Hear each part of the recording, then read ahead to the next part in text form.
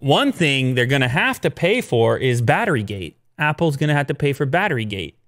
After it's all said and done, we made a video on this, it seems like 1 billion years ago. This was the new Apple software that was installed on, when it was installed on older devices, prioritized battery life over performance. So it throttled performance in order for people to have slightly better battery life on degraded batteries. And really, just to be clear on this, there was no perfect scenario. These old batteries do need to be replaced in order for the device to operate in an effective way. And so you're kind of between a rock and a hard place. What really happened that screwed things up was that Apple wasn't very clear about what was going on. People had this speculation, conspiracy theories for years. Apple is slowing down my phone, so I upgrade to the next one. That's what people will end up saying because you don't give them the information. Now imagine on a software update if it just said, you may notice a decreased performance on your smartphone if your battery is near the end of its life. And that comes alongside this software update, and here's your choice to install it or not install it.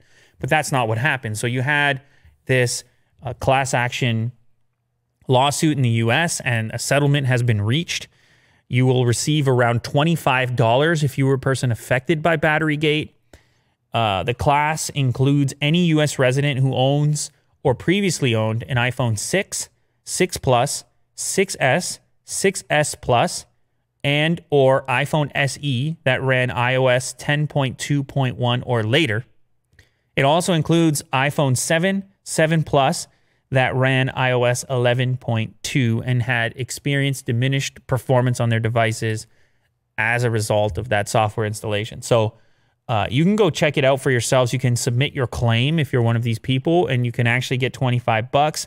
It doesn't seem like a lot of money, but if you when you multiply that across the whole deal of all the potential claims that can exist, it could be a big number. Maybe you'll even bite into Tim Cook's 133. Perks. Yeah, his perks. His perks will now only be 700 million instead of 882. No, they're not going to bite into that. They got even more money. They got, come on, Will. Yeah, they're printing money. Yeah, they got money.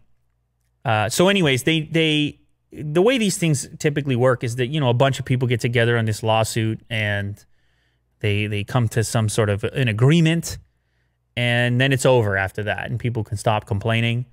I think in the future, Apple will be more open about that. But it's still a curious discussion to this day. What is the right move? Do you slow down a phone so a person can actually use it for a reasonable amount of time on a terrible battery? Or do you just leave the terrible battery and have it run at full capacity? Because the full capacity was actually shutting those phones down. It's still not an easy thing.